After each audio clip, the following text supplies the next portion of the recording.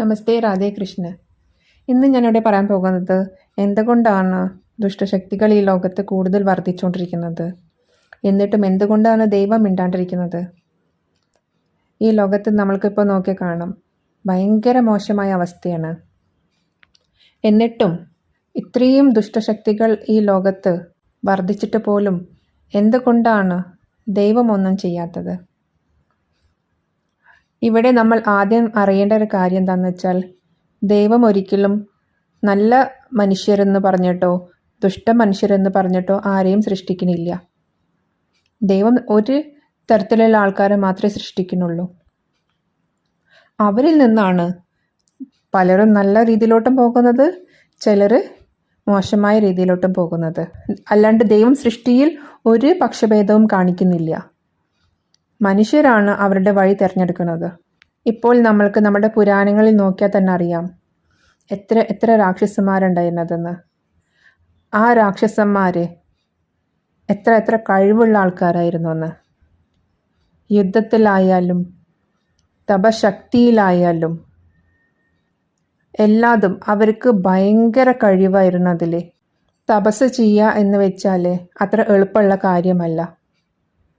മനസ്സിനെയും ശരീരത്തിനെയും നമ്മളുടെ വരുത്തിയിൽ വരുത്തണം. അതെന്ന് പറയുന്നത് എളുപ്പമുള്ള കാര്യമല്ല. എന്നിട്ടും ഈ പല രാക്ഷസന്മാരും എത്ര അനേകായിരം വർഷങ്ങളോളം തപസ് ചെയ്തിട്ടുണ്ട് അവർക്ക് ഒരു വരത്തിന് വേണ്ടിയിട്ട്. അപ്പോൾ അവർക്ക് എത്ര കഴിവുകൾ ഉണ്ടായിട്ടാണ് അവർ അങ്ങനെയെല്ലാം ചെയ്തിരുന്നത്. പിന്നെ യുദ്ധത്തിൽ അവരെത്ര ദേവന്മാരെ വരെ തോൽപ്പിച്ചിരിക്കുന്നു. അപ്പോൾ അവർ നിസ്സാരക്കാരൊന്നല്ലായിരുന്നു. പക്ഷെ അവർ തിരഞ്ഞെടുത്ത വഴിയായിരുന്നു മോശമായ രീതിയിലോട്ട് പോകുക എന്നുള്ളത്. അത് അവരുടെ അത്യാഗ്രഹമായിരുന്നു. ഈ ലോകത്തിൻ്റെ മുഴുവൻ നിയന്ത്രണം അവരുടെ കയ്യിലാവാൻ വേണ്ടിയിട്ടുള്ള അത്യാഗ്രഹമായിരുന്നു അത്. അല്ലാണ്ട് അവർക്ക് എന്ത് കുറവായിരുന്നു ഉണ്ടായിരുന്നത്? അപ്പോൾ അത് അവർ തിരഞ്ഞെടുത്ത വഴിയായിരുന്നു. അതേപോലെ തന്നെയാണ് ദൈവം സൃഷ്ടിച്ച മുനിമാരും സന്യാസിമാരും എല്ലാവരും. അവർ തിരഞ്ഞെടുത്ത വഴി നല്ലതായിരുന്നു. എല്ലാ മനുഷ്യന്മാരെയും നല്ല രീതിയിലോട്ട് കൊണ്ടുപോകുക, നല്ല മാർഗത്തിലൂടെ കൊണ്ടുപോകുക, ധർമ്മത്തിലൂടെ കൊണ്ടുപോകുക. അതിനായിട്ട് അവർ കുറേ പരിശ്രമിച്ചിരുന്നു. പല ത്യാഗങ്ങളും അവർക്ക് സഹിക്കേണ്ടി വന്നിട്ടുണ്ട് ഈ രാക്ഷസന്മാരെ കയ്യിൽ നിന്ന്.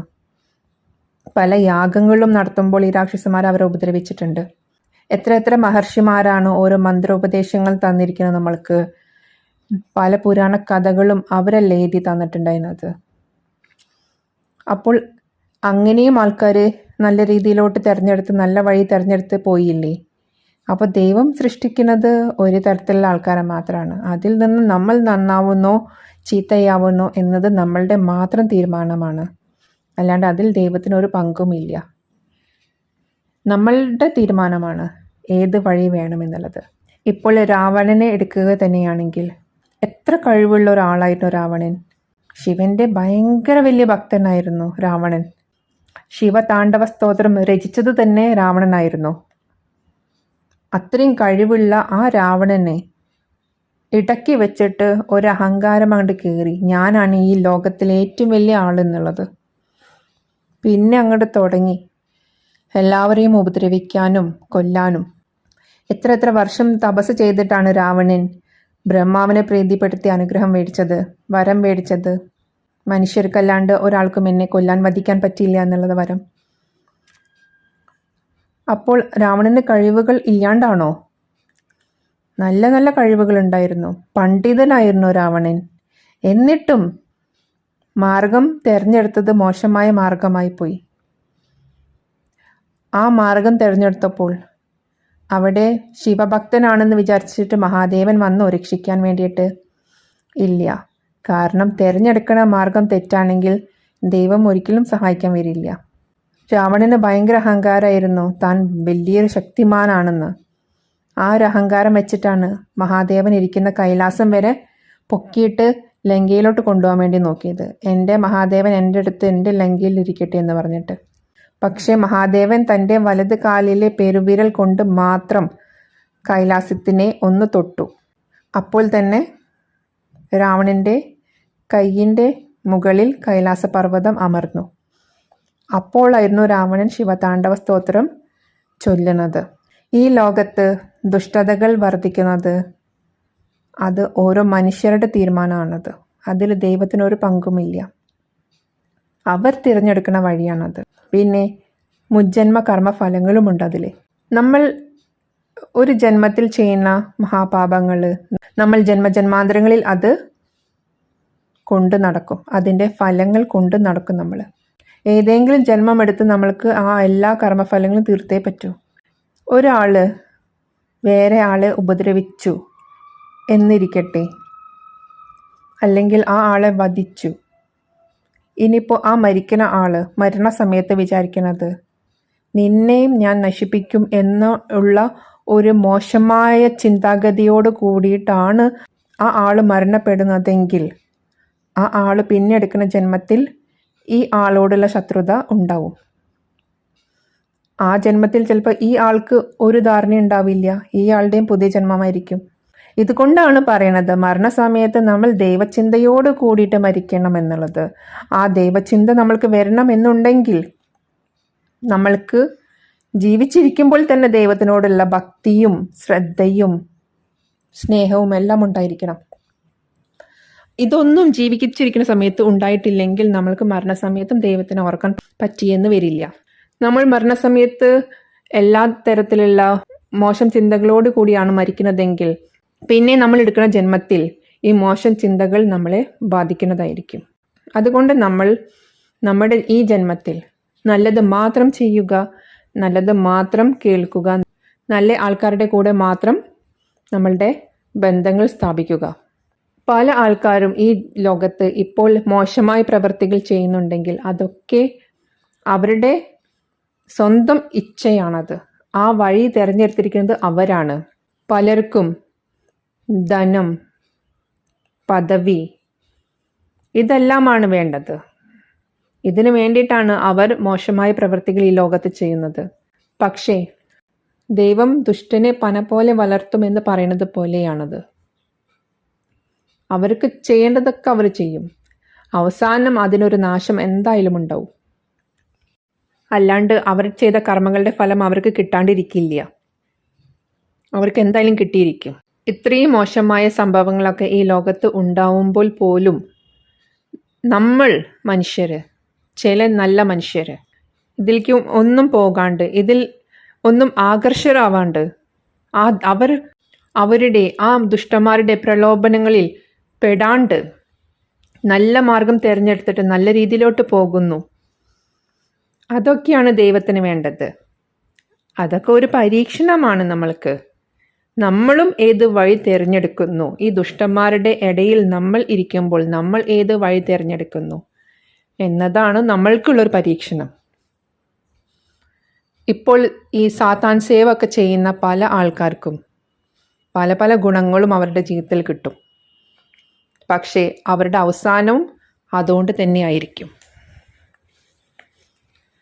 മോശമായ രീതിയിലുള്ള പ്രവൃത്തികൾ ചെയ്യുന്ന ആൾക്കാർക്ക് ബാക്കിയുള്ളവരെ ഉപദ്രവിക്കുക, ബാക്കിയുള്ളവർക്ക് മോശമായ കാര്യങ്ങൾ ഉണ്ടാവാൻ വേണ്ടിയിട്ടുള്ള പ്രാർത്ഥനകളും കാര്യങ്ങളും ചെയ്യുക, ഇവർക്കൊക്കെ കുറച്ച് കാലമേ ഉണ്ടാവുള്ളൂ. അതിൽ നിന്ന് കിട്ടുന്ന ആ ഗുണങ്ങൾ കുറച്ച് കാലത്തേക്ക് ഉണ്ടാവുള്ളൂ. അവസാനം അത് തന്നെ അവരെ തിരിച്ചടിച്ചിരിക്കും.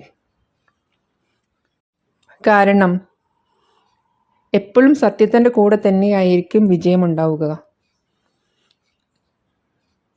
അല്ലാണ്ട് നമ്മൾ മോശമായ രീതിയിലൂടെ എന്ത് നേടിയാലും അതിന് ഒരു അവസാനം എന്തായാലും ഉണ്ടാവും.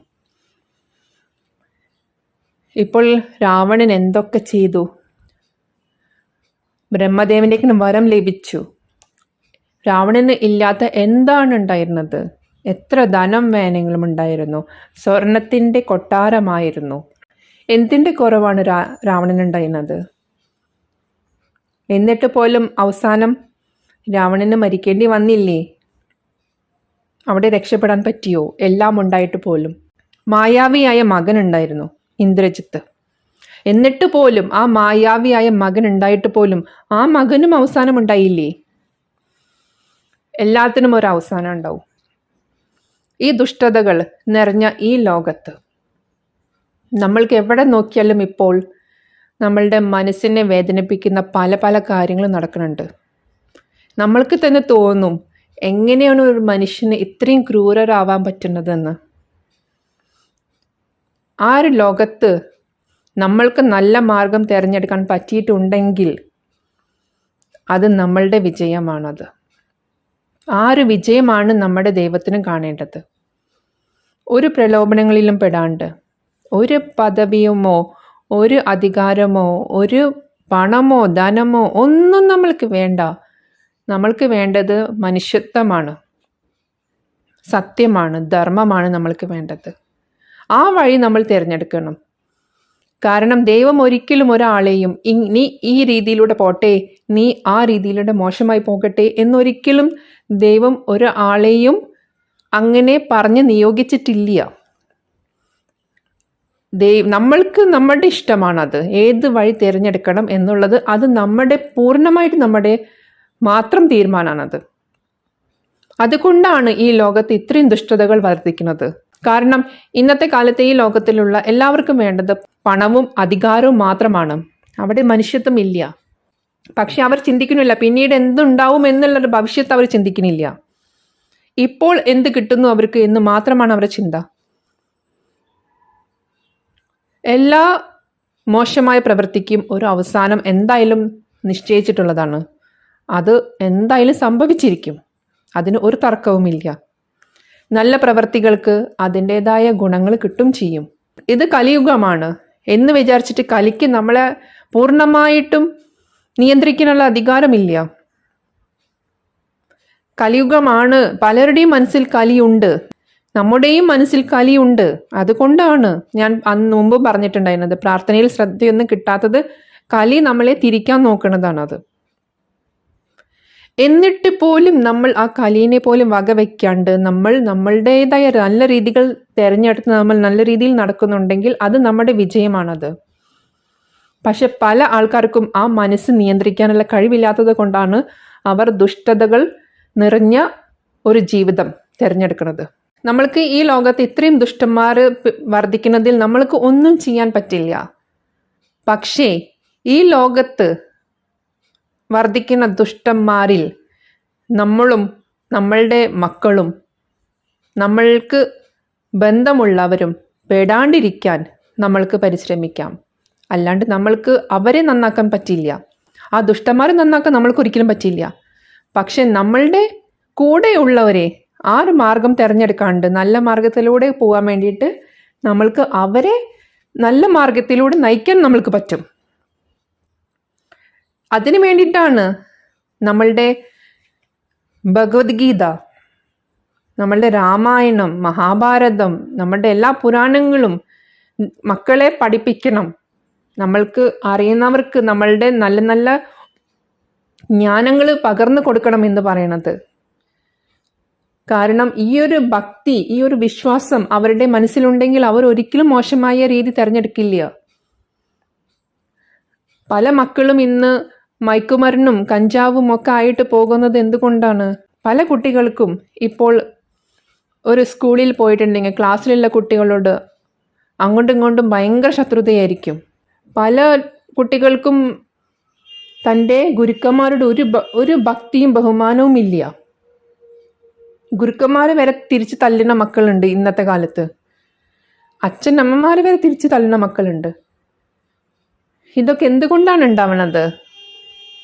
കാരണം അവർക്ക് നമ്മളുടെ ഈ പുരാണങ്ങളിൽ പറഞ്ഞിട്ടുള്ള ഈ കഥകളൊന്നും അവർക്ക് അറിയില്ല. അവരുടെ മനസ്സിൽ അവരുടെ അച്ഛനമ്മമാര് ഇങ്ങനത്തെ ഒരു ദൈവഭക്തി ഒന്നും നിറച്ചു കൊടുത്തിട്ടില്ല. ഉണ്ടായിരുന്നെങ്കിൽ ഒരിക്കലും അവർ മോശമായ രീതിയിലോട്ട് പോവില്ലായിരുന്നു. ഞാൻ ഒരിക്കലും കുട്ടികളെ കുറ്റം പറയില്ല. കുട്ടികൾ വഴി തെറ്റിപ്പോകുന്നതിൽ കുട്ടികളെ ഒരിക്കലും കുറ്റം പറയാൻ പറ്റില്ല. കാരണം അവർ കാണുന്നത്, അവരുടെ മുമ്പിൽ കാണുന്നത് അത് നല്ലതാണെന്ന് വിചാരിച്ച് അവർ ആ രീതിയിലോട്ട് പോകുന്നതാണ്. പക്ഷേ അച്ഛനമ്മമാർ ചെറുപ്പം മുതലേ മക്കളെ നല്ലത് മാത്രം പറഞ്ഞ് പഠിപ്പിച്ചിട്ടുണ്ടെങ്കിൽ, ഭക്തി, ദൈവവിശ്വാസം ഇതൊക്കെ അവരെ മനസ്സിൽ നിറച്ചു കൊടുത്തിട്ടുണ്ടെങ്കിൽ, നമ്മളുടെ ഈ പുരാണ കഥകൾ അതിൽ നമ്മളുടെ ഇപ്പോൾ ശ്രീരാമസ്വാമി തൻ്റെ അച്ഛനമ്മമാരോടുള്ള ആ സ്നേഹം, ഭക്തി, പിന്നെ അവർ 4 മക്കള് ശ്രീരാമസ്വാമി, ലക്ഷ്മണൻ, ഭരതൻ, ശത്രുഘ്നൻ, അവർ 4 പേരും തമ്മിലുള്ള ആ ഒരു സ്നേഹബന്ധം, ശ്രീരാമസ്വാമിയും സീതാദേവിയും തമ്മിലുള്ള ഭാര്യ ഭർത്തൃ ബന്ധം, എന്തെല്ലാം ഉദാഹരണങ്ങളുണ്ട് നമ്മളുടെ പുരാണങ്ങളിൽ. ഏത് ഐതിഹ്യം എടുത്താലും അതിലൊക്കെ ഒരു തത്വം അറിഞ്ഞു കിടക്കുന്നുണ്ട്. നമ്മൾ വെറുതെ മക്കൾക്ക് കഥകളൊന്ന് പറഞ്ഞു കൊടുത്താൽ മാത്രം പോരാ. തത്വങ്ങൾ എന്താണ്, ഇതിൻ്റെ ഉള്ളിലുള്ള അർത്ഥം എന്താണ്, ഇതിൽ നിന്ന് നമ്മൾക്ക് എന്ത് മനസ്സിലാവും എന്നും കൂടി പറഞ്ഞു കൊടുക്കണം. ഇതൊക്കെ നമ്മൾ മക്കൾക്ക് പറഞ്ഞു കൊടുക്കുകയാണെങ്കിൽ മക്കൾക്കും ആ ഒരു രീതിയിലുള്ള സ്വഭാവം ഉണ്ടാവും. അല്ലാണ്ട് അവരുടെ മനസ്സിൽ ഇന്ന് പൊന്തി വരുന്ന പല പല ഗായികമാരും പല പല ഇൻഫ്ലുവൻസേഴ്സും ആവരുത് ഉണ്ടാവേണ്ടത്. അവരുടെ മനസ്സിൽ ഹീറോ ആയിട്ട് ഉണ്ടാവേണ്ടത് നമ്മുടെ പുരാണ കഥകളിലുള്ള നമ്മുടെ ശ്രീരാമനായാലും കൃഷ്ണനായാലും മഹാദേവനായാലും ആദിപരാശക്തിയായാലും നമ്മുടെ ഏത് ദൈവത്തിനെടുത്താലും അവരൊക്കെ ആയിരിക്കണം നമ്മുടെ മക്കളുടെ മനസ്സിൽ ഹീറോ ആയിട്ട് ഉണ്ടാവേണ്ടത്. അല്ലാണ്ട് ഇന്നത്തെ കാലത്ത് കാണുന്ന ഇൻഫ്ലുവൻസേഴ്സിനെയോ പാട്ടുകാരെയോ ഒന്നുമല്ല. നല്ല മാർഗം നമ്മൾ നമ്മുടെ മക്കൾക്ക് പറഞ്ഞു കൊടുക്കുകയാണെങ്കിൽ ഈ ലോകത്ത് കാണുന്ന പല മോശമായ കാര്യങ്ങളും സംഭവിക്കില്ല. പല ദുഷ്ടന്മാരും പലതരത്തിലെ തീവ്രവാദികളും ഒന്നും ഉണ്ടാവില്ല. ഇന്നത്തെ കാലത്ത് നമ്മൾ കാണുന്നത് എന്താ വെച്ചാൽ, ജനിച്ചതൊരു ഹിന്ദു ആയിട്ട് പക്ഷെ പ്രവർത്തിക്കുന്നത് മൊത്തം സനാതന ധർമ്മത്തിനെതിരായിട്ട്. കാരണം അവർക്ക് വേണ്ടത് പണം, അധികാരം മാത്രമാണ്. നമ്മളുടെ മക്കൾ അങ്ങനെ ആവരുത്, നമ്മളുടെ ബന്ധുക്കൾ അങ്ങനെ ആവരുത്. നമ്മൾക്ക് പറ്റുന്നത്ര ആൾക്കാരെ, പ്രത്യേകിച്ച് നമ്മുടെ മക്കളെ നല്ല മാർഗത്തിലൂടെ നയിക്കുക. ദൈവഭക്തി എന്താണെന്ന് അവർക്ക് പകർന്നു നൽകുക. അപ്പോൾ തന്നെ അവർ നല്ല മനുഷ്യരായിട്ട് മാറും. അച്ഛനമ്മമാരെ ബഹുമാനിക്കാൻ പഠിക്കും. ഭാര്യയ്ക്ക് ഭർത്താവിനോടും ഭർത്താവിന് ഭാര്യയോടും ബഹുമാനം ഉണ്ടാവും. ഗുരുക്കന്മാരോട് നമ്മൾക്കൊരു ബഹുമാനം ഉണ്ടാവും. അതൊക്കെയാണ് നമ്മളുടെ ഐതിഹ്യങ്ങൾ പഠിപ്പിച്ചു തന്നിട്ടുള്ളത്. അല്ലാണ്ട് ഗുരുക്കന്മാരെ തിരിച്ച് തല്ലാനൊന്നല്ല. അപ്പോൾ നമ്മളുടെ മക്കൾക്കുള്ള ഒരു വഴികാട്ടിയാവുക. അവർക്ക് വേണ്ടിയിട്ടുള്ള ഒരു ദീപമായിട്ട് നമ്മൾ ജ്വലിക്കുക. ആ ദീപം കണ്ടിട്ട് അവർ നമ്മളെടുത്തോട്ട് വരട്ടെ, ഒരു കുഞ്ഞു ദീപങ്ങളായിട്ട്. എന്നിട്ട് നമ്മളിലുള്ള ദീപത്തിൻ്റെ വെളിച്ചം അവർക്കും പകർന്നു നൽകൂ. എന്നിട്ട് അവരും ഒരു ദീപമായി കത്തിജ്വലിക്കട്ടെ. ഇല്ലെങ്കിൽ നാളെ അവരൊരു പ്രാണിയായിട്ട് വേറൊരു ദീപം കത്തുന്നത് കണ്ടിട്ട് ആ ദീപത്തിൽ പോയിട്ട് നശിക്കേണ്ടി വരും. അങ്ങനെ ഉണ്ടാവരുത്. നമ്മളുടെ ദീപം കണ്ടിട്ട് അവർ നമ്മളെടുത്തോട്ട് വന്നിട്ട് അവരും ഒരു ദീപമായി കത്തിജ്വലിക്കട്ടെ. അപ്പോൾ ഇനി അടുത്ത പ്രാവശ്യം കാണുന്നവരെ രാധേ കൃഷ്ണ.